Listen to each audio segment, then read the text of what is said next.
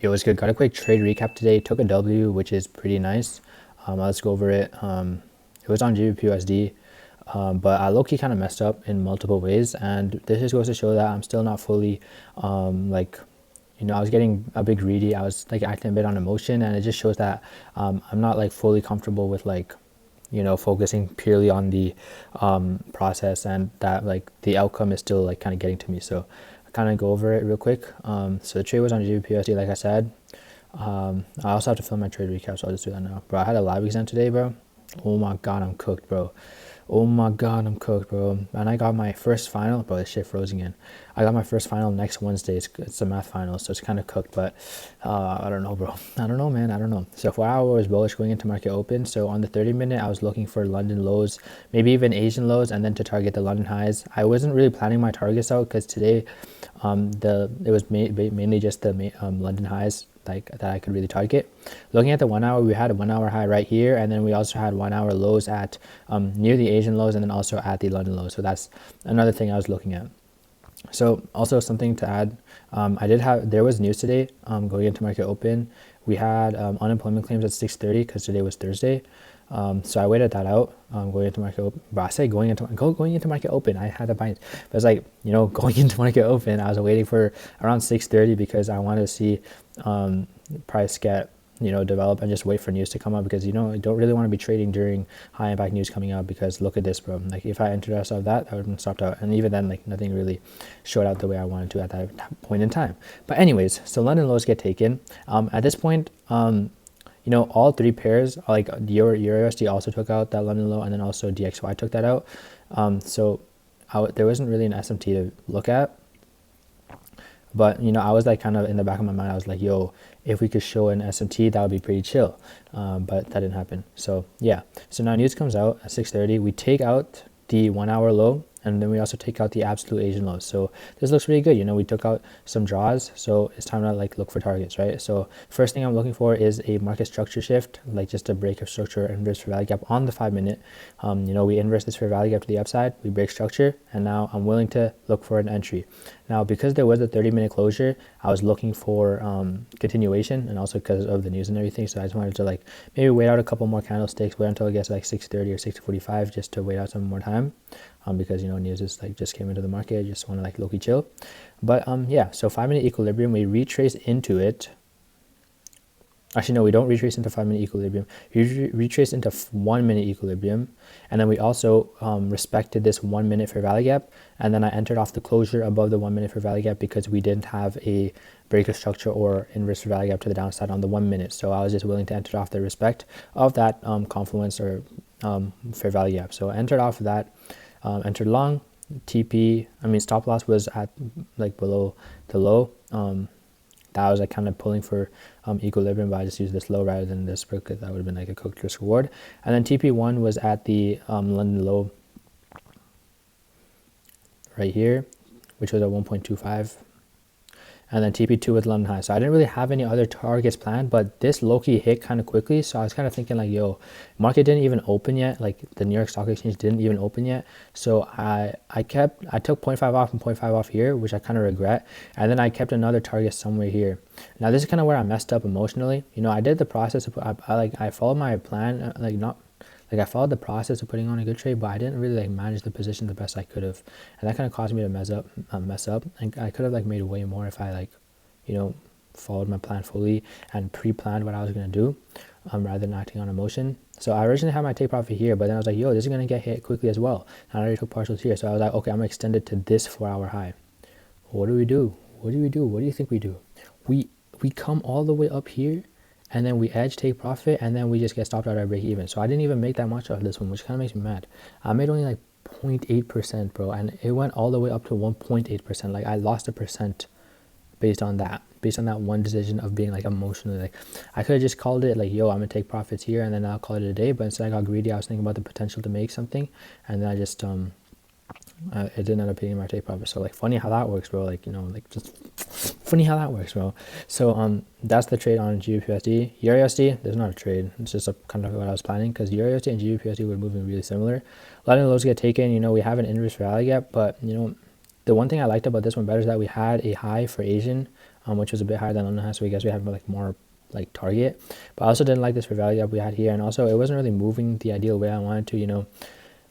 In order for us to get a market structure shift, or like but when I say that, like MSS, I just look for like breaker structure inverse value gap. It would have been nice, like we don't have any like breaker structure or inverse value gap here, you know, because like we inverse this for value gap to the downside with news. So I was looking for like some sort of confirmation to the upside, and the only one we get to is right here, and this is around 705, which is way later, and we don't even get a clear move to the upside with that. So it's a good thing that I chose GBP/USD for real. But yeah, GBP JPY. So 4 hour was bearish, looking for London highs to get taken, target the London lows. You know, that did happen, but this happened like around outside the time I'm looking to trade. And you know, we barely even moved anywhere. So honestly, I'm pretty happy with the way I took GBP/USD. Lots of talking. So now I'm going to fill in my trade recap, but I need to take a little break. So let's take a little break. So you might ask me how my day was. My day was pretty good, actually. I had a lot of something, which was kind of cooked, but you know, you get through it, bro. You get through it. Didn't really do much today. It's not so lag exam. First, lag exam. It's cooked, bro. But yeah, okay. Break is done. Let me start locking in on this. Okay, so the trade was on the 4th. Whoa, where did the chart go? Yo, let me make it like this and this so it looks cooler. Ain't time, it's time. Ain't time for you to get my call, baby. Okay, wait, so the trade was, if you know, now pick up your phone, babe. Oh, can you try me? Try me. Just put your pride aside. Find me. Oh, this is 653. Find me. I didn't know you were down for buying out. But you have some kind of love for your man. I just gotta pick up something, bro. For my Spotify Wrapped, I got the weekend. It's actually insane, bro. Don't you tell? Actually, I'm not even surprised, bro. Like, goddamn, bro. I'm like, maybe I'm just depressed or something. Okay, I would say the main thing was just for value gap.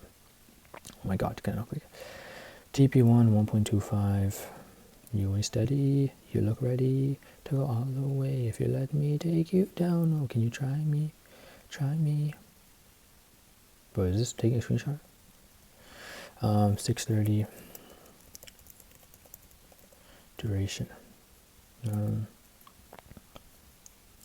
now I just gotta basically type down what I wrote, bro. This is gonna take a long time. Okay, 4 hour bullish looking. Oh my god, I don't even know how to type. Looking. But I swear my touch typing got worse, bro. And my eyesights are worse. Okay, what am I even typing? Looking for lows to be taken. Oh my god. Taken and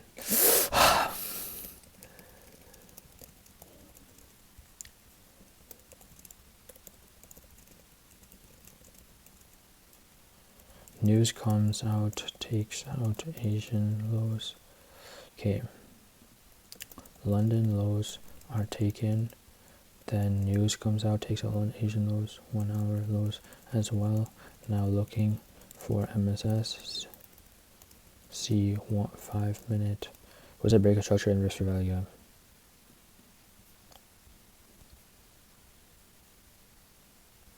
Both. And then look for continuation due to 30-minute closure. Price retrace into 1 minute EQ and respects 1 minute. Bro, I love this song, bro.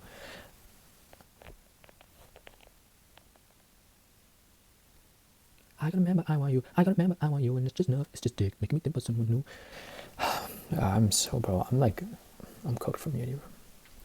Wait 1 minute for value gap. 1 minute for value gap. Closure above. SL below EQ, which was not used. And then TP at near London high. T2 at, oh my god.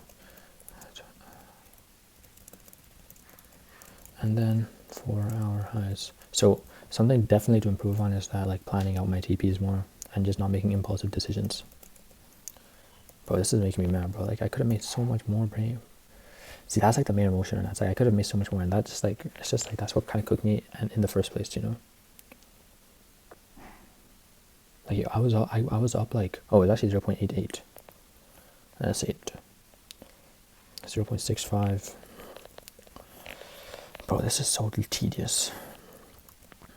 Okay, so I was way too focused on the account balance outcome of the trade, it caused me to make impulsive decisions, which led me to my greatest fear. You know, I had a fear. Oh my shit froze. I had a fear of like not making a lot, but then I had to like I manifested what I feared, and I didn't make what I really wanted to. But why does my hair look like that? But yo, that's like what freaking Mark Douglas said in his book. Remember? Yeah, I want to read that book again now. Decisions which led me to literally go through what I was fearing. Fear of not making a lot. Yo, like I thought I was doing good in just waiting things out, but I was way too focused on the outcome and acted on greed. This caused me to blind out the actual emotions I was feeling.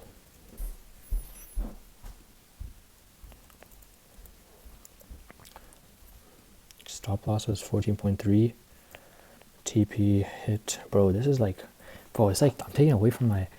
I'm just taking away from my like, you know, my edge by doing this. You know, like if I just didn't act on my emotions, I could have like done way better than what I actually did, bro. Like, oh shit's making me kind of mad now, bro. But I mean, I guess that's what journaling is for. Like I made less than what I risked for. Like what I risked. I was up 1.9, bro. Let me add this to my emotions. I was really now I am way too focused on what I could have made, and it is making me really annoyed. Yeah, no.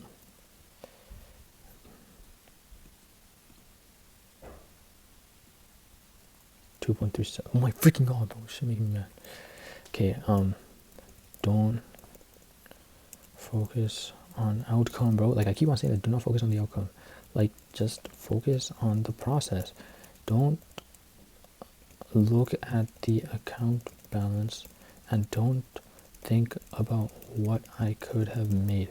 I need to make sure, but I really don't care about how I'm typing right now.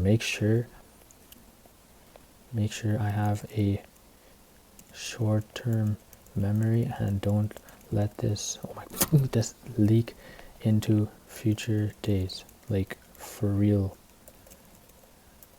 it will cook me in the future. Koopy babe, but I have a fan. Okay, I think that's basically it. I need to go to sleep. It's 9:47. I plan to, but I keep on saying I'm going to go to early, but it's like my brain lag. It's like it makes all these tasks so much longer. So I need to recharge this weekend for real, bro. Like I need to sleep. Okay, bye.